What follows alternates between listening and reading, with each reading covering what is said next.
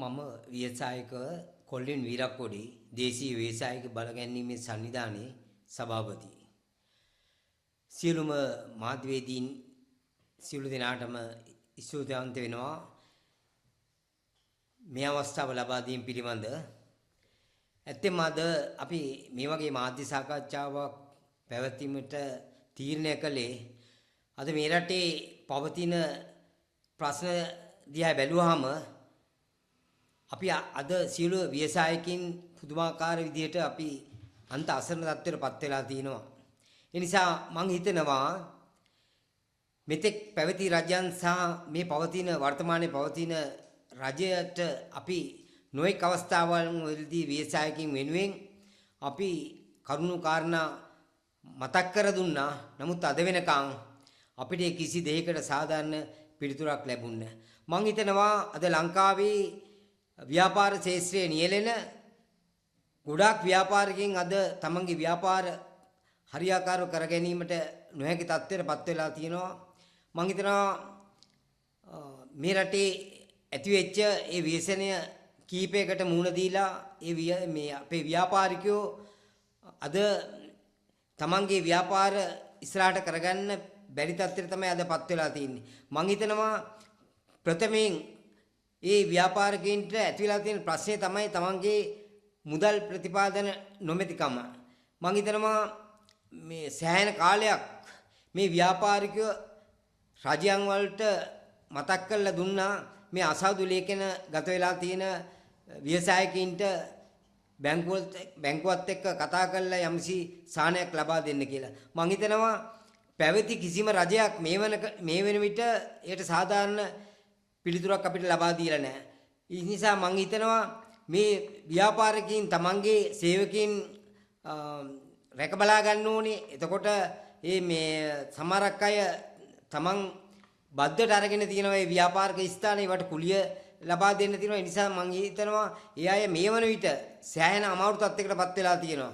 ඉතින් ඒ නිසා රජයෙන් යම්සිති මුදලක් ලබා ගැනීමට ඒ ව්‍යාපාරිකයෝ කොච්චර මහන්සි වුණත් ඒ අවස්ථාව අහිමි වෙලා තියෙනවා. මොකද මුදල් අමාත්‍යාංශයයි කර්මාන්ත අමාත්‍යාංශයයි දෙකම එකතු වෙලා පෞගිය කාල සීමාව තුළ අපේ ව්‍යවසායකින්ට මේ අසාදු ලේඛන ගත වෙලා ඉන්න අයට මේ ණය මුදල් ලබා දීම සඳහා බැංකුව වලට ලිපි ලේඛන ඉදිරිපත් කළා. නමුත් අද වෙනකන් ඒ කිසිම ලිපියකින් වැඩක් වෙලා නැහැ. ඉතින් ඒ නිසා මම හිතනවා තමන්ගේ ව්‍යාපාර ඉදිරියට කරගන්න බැරි තත්ත්වයක් පවතින මොහොතක ඒ අය මොකද කරන්නේ?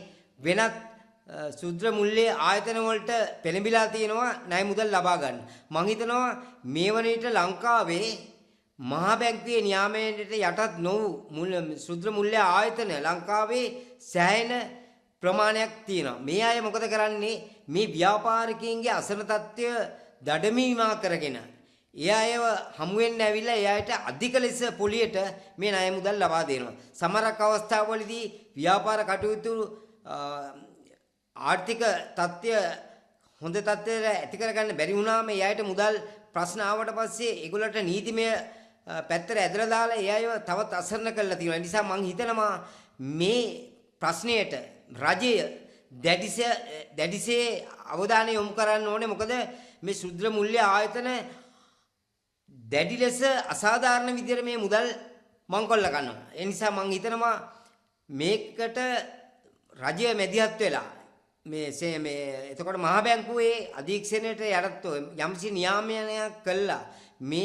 මේ අය කොහොමද මේ ණය මුදල් ලබා දෙන්නේ? මේගොල්ලන්ට මේ විදිහට අසාධාරණ ලෙස මේ පොලිය ගන්න පුළුවන්ද කියන එක මේ රජයක් වශයෙන් මේ සොයා බලන්න ඕනේ. ඇත්තෙන්ම මම හිතනවා මේ වන විට එහෙම කිසිම දෙයක් සොයා බලා නැහැ, නියාමනයකට යටත් වෙලා නැහැ. ඒ නිසා මේ අයට රිසි ලෙස ඒ අයට අවශ්‍ය විදිහට ඒ අය දේවල් කරගෙන යනවා. ඒවෙන් වෙන්නේ මේ ව්‍යාපාරිකයන් අන්ත අසරණ තත්ත්වයටපත් වෙලා තියෙනවා. ඒ නිසා මම හිතනවා මේ රජය අපි බලයටපත් කළේ අපිත් මේ රජයේ ඇත්තෙන්ම මේ බලයටපත් කිරීම සඳහා අපි මේ අයට සහයෝගය ලබා දුන්නා. නමුත් ඒ ලබා දුන්නට මම හිතන විදිහට මේ ව්‍යාපාරිකයින්ට අද රජය කෙරෙහි යම් කිසි විදිහේ කලකිරීමක් ඇති වෙලා තියෙනවා. ඒ මොකද ඒ රජයේ ජනතාවට ව්‍යාපාරිකයින්ට ලබා දුන් පොරොන්දු කඩවුණු පොරොන්දුවක් වෙලා තියෙනවා. ඉතින් මම හිතනවා තවත් මේ ව්‍යවසායකයින්ට තවත් ඉදිරියට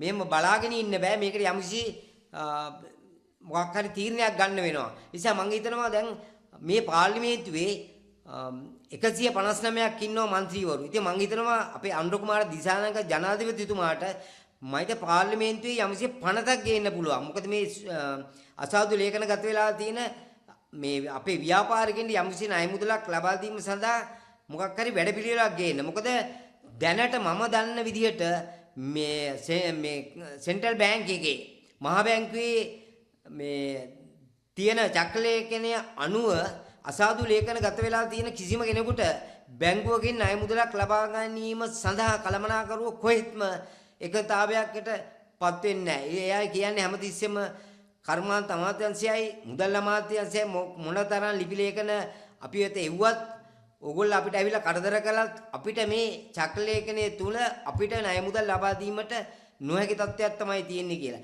ඒ නිසා මම හිතනවා මේකට කරන්න පුළුවන් හොඳම පිළියම තමයි මේ රජය පාර්ලිමේන්තු පනතක් ගෙනහැල්ලා මේ වෙනම මේ බැංකුවක් ඕපන් කළා. එතකොට දැන් අපි කියනවා මේ වෙනකොට බිලියන් 25ක් මේගොල්ලන්ට ආසියාතික මුදල් බැංකුවකින් ලැබිලා තියෙනවා කියලා. එයින් 42කට මේ ණය මුදල් ලබා දීලා තියෙනවා. මම දැක්ක මේ ළඟදී චතුරා බේසිංහ මැතිතුමා කිව්වා අප නැතුව 1600කට ණය මුදල් ලබා දීලා තියෙනවා කියලා මේ ව්‍යාපාරිකයින්.